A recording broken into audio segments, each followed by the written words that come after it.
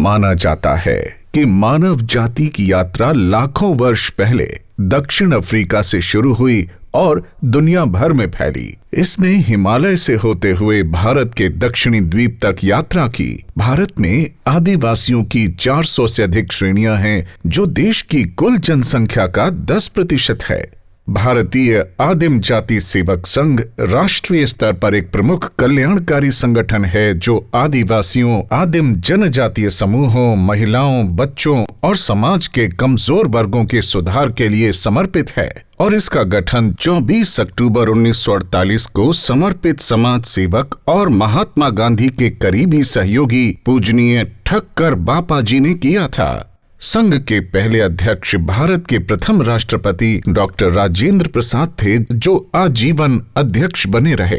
भारतीय आदिम जाति सेवक संघ देश भर के सभी आदिवासी संगठनों का नेतृत्व कर रहा है। इसमें ठक्कर बापा राष्ट्रीय जनजातीय संग्रहालय और पुस्तकालय के नाम से एक प्रमुख जनजातीय संग्रहालय और पुस्तकालय है।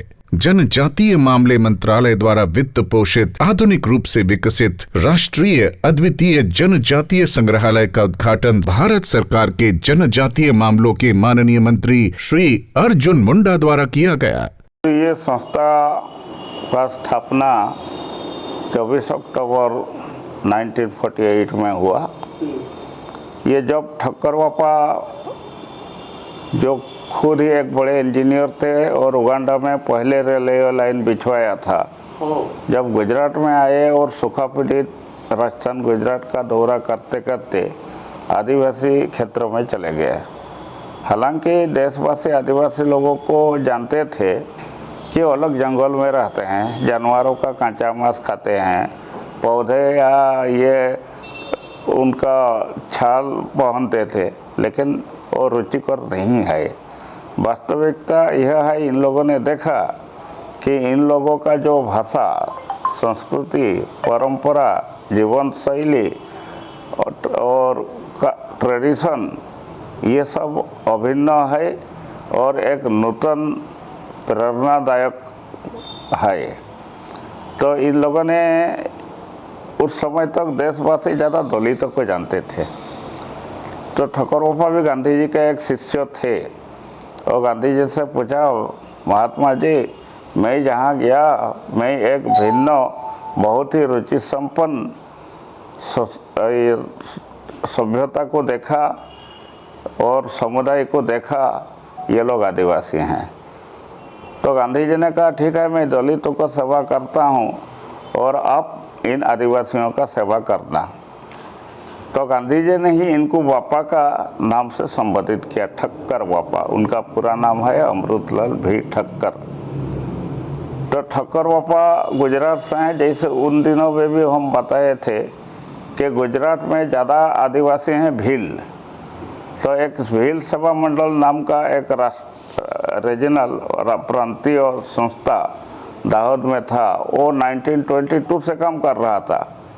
तो ठक्कर बापा ने उसको बताया कि भाई, ये प्रांतीय संस्था स्वेच्छासेवी संगठन बनाने से कोई काम का नहीं, अब राष्ट्रीय स्तर का बनाना जरूरी है।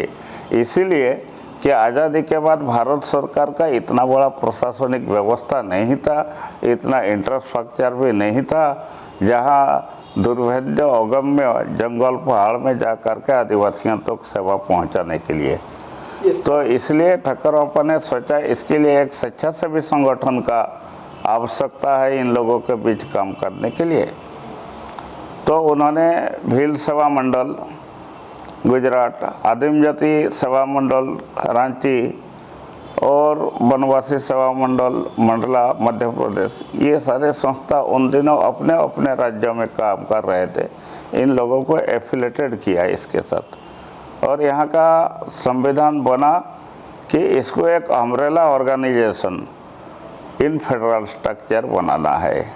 पंजीकृत अपना अपना राज्यों में संस्थाएं यहाँ के साथ एफिलेटेड हैं 22 राज्यों में से। अभी हम लोग इन रजिस्टर्ड, एफिलेटेड, रिकॉग्नाइज या डायरेक्ट मैनेज संस्थाओं का माध्यम से 22 राज्यों के आदिवासी क्षेत्रों में काम कर रहे हैं। ठक्कर बापा राष्ट्रीय जनजातीय संग्रहालय आदिवासियों की जीवन शैली, घर परिवार, हथियार और कवच, संस्कृति और वेशभूषा, संगीत, वाद्य यंत्र और हथकरघा को प्रदर्शित करता है।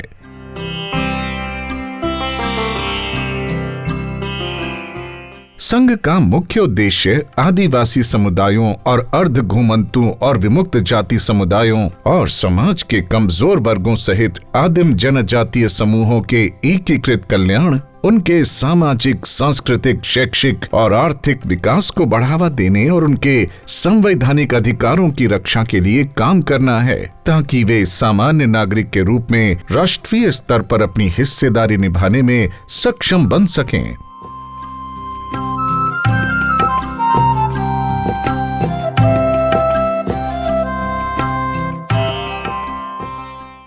जनजातीय जीवन शैली अद्वितीय है, जो उन्हें दूसरों से अलग करती है। उनकी पोशाकें प्रकृति आधारित और प्राकृतिक सामग्रियों की उपलब्धता से संबंधित होती हैं। जनजातीय वेशभूषा भी प्राकृतिक ही होती है।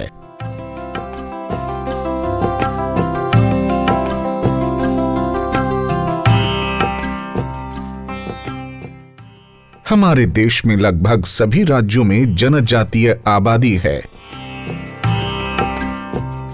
घने आदिवासी आबादी वाले राज्य छत्तीसगढ़, मध्य प्रदेश, ओडिशा, आंध्र प्रदेश, बिहार और झारखंड हैं।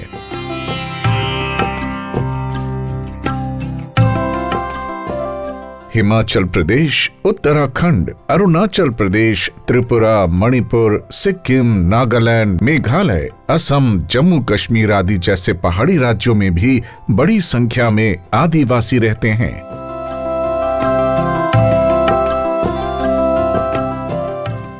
राजस्थान, महाराष्ट्र, गोवा, कर्नाटक, तमिलनाडु में भी आदिवासी आबादी है।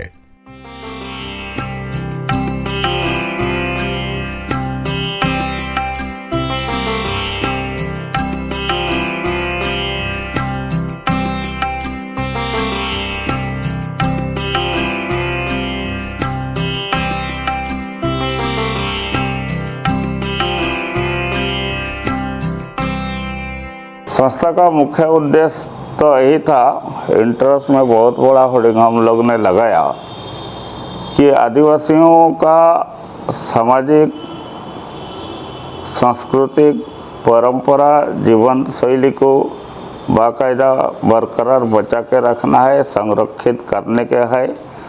और उन लोगों को जो इतिहास में पहले हम लोग पढ़ रहे थे, आप भी पढ़े होंगे, ये लोग जंगल में रहते हैं, जंगल का खाल पहनते हैं, पत्ते पहनते हैं, जंगली जानवर का मांस खाते हैं। अब बिल्कुल गलत है, मैं उसका जोरदार पुरजोर विरोध करता हूँ। हालांकि जब उन लोगों का इतना बड़ा विरासत में संस्कृति, परंपरा, लाइफस्टाइल है, जो एंथ्रोपोलॉजिस्ट लोग कहते हैं tribal culture tradition is very ancient and it is the hidden treasure for the country. Sociologist कहते हैं the enrich tribal culture, literature and tradition should be preserve. Then I wonder why the nation knows them as backward. Because they are living in isolated areas, but they have developed their own style of living, own culture, own social system. You may be surprised to know in their marriage ceremony or some other social tradition, they do not take the help of Brahmins. They perform of their own. So, but they are backward only in education and economy, two square.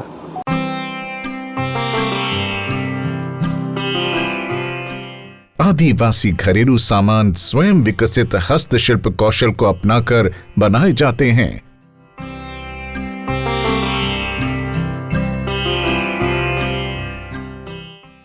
टोकरी, बाल्टी, मछली पकड़ने की टोकरी,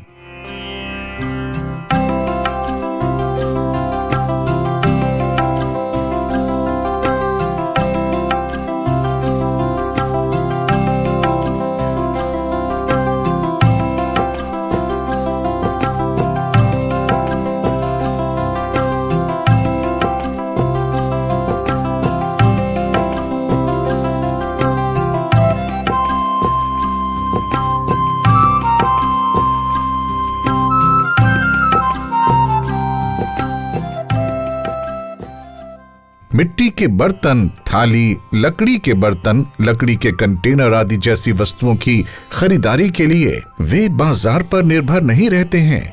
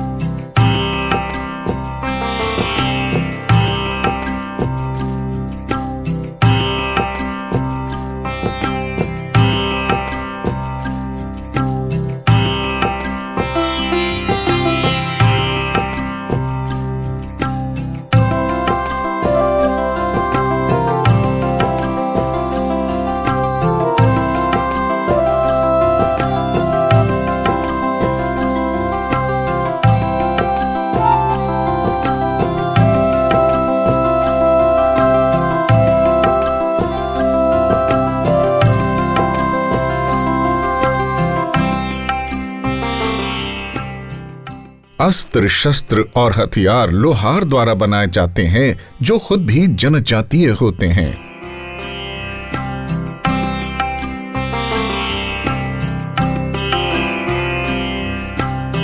चूंकि वे जंगलों और पहाड़ों में रहते हैं जहां उन्हें हर दिन क्रूर जानवरों का सामना करना पड़ता है, वे बचाव और सुरक्षा के लिए हथियारों का उपयोग करते हैं।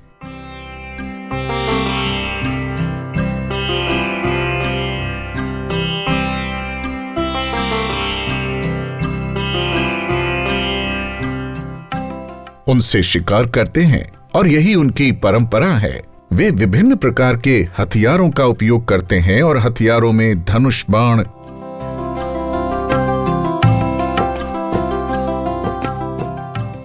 लोहे का हुक, कमरबंद, चमड़े की ढाल, कमर की बेल्ट, तलवार के साथ म्यान आदि हैं।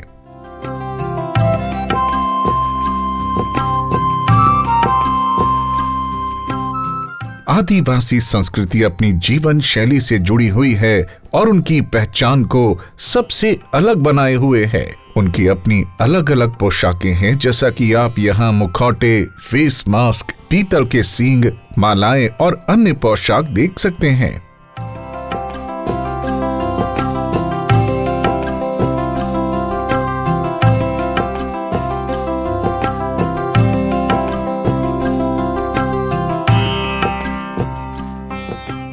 आदिवासी नृत्य और संगीत के शौकीन होते हैं। वे साल भर उत्सव के मूड में रहते हैं। वे अपने संगीत के लिए विभिन्न संगीत वाद्य यंत्रों का उपयोग करते हैं, जैसे करताल, दामला, ढोल, धमाल, डांसिंग स्टिक आदि।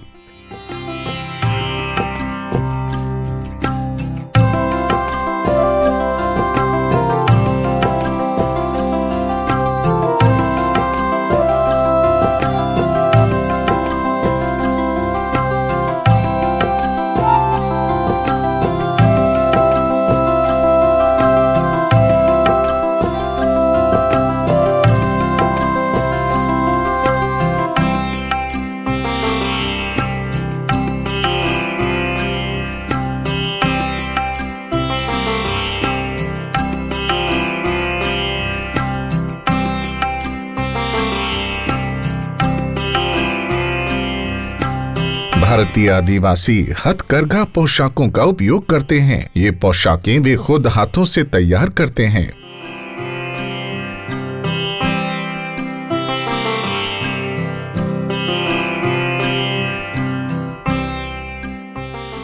स्थानीय बुनकरों द्वारा बनाई गई विशेष प्रकार की साड़ी और धोती उपलब्ध रहती है।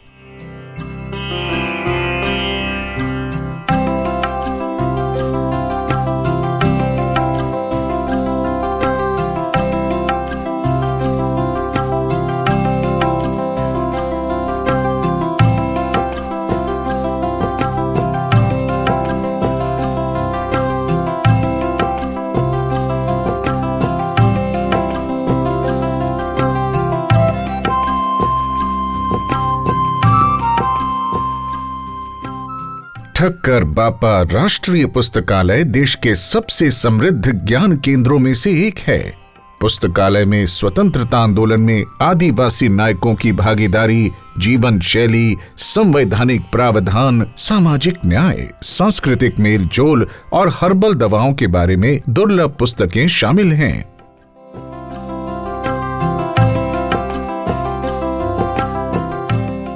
विभिन्न कार्यक्रम आदि आयोजित करने के लिए एक कॉन्फ्रेंस हॉल भी है।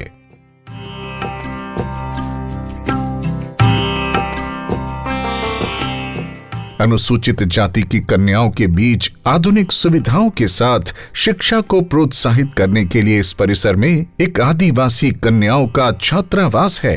समय के साथ कदम से कदम मिलाकर चल सकें, इसलिए इन बालिकाओं के लिए नई दिल्ली में एक छात्रावास भी चलाया जाता है। रेसिडेंशियल स्कूल आप जानते हैं, उड़ीसा से हैं, जो आवासिक आश्रम स्कूल, और जैसे आपका नीलगिरी है ना, एक वन भूमि है, जंगल पहाड़ घेरा, उन लोगों का परिवेश में, उन लोगों का आसपास में आवासिक विद्यालय, कन्याश्रम या छात्रावास खोला जाए।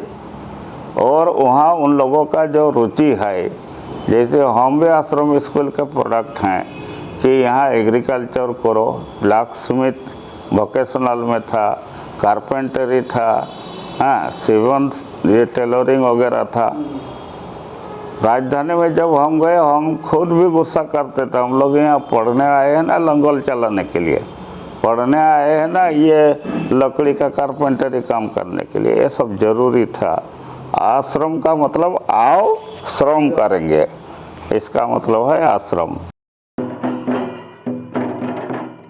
जनजातीय नृत्य हर जनजाति की विशेष परंपराओं और संस्कृति का प्रतिनिधित्व करते हैं, जो क्षेत्र दर क्षेत्र अलग होते हैं। कई आदिवासी नृत्य औपचारिक हैं, जो जनजाति के जीवन में महत्वपूर्ण मील के पत्थर या घटनाओं को दर्शाने के लिए किए जाते हैं।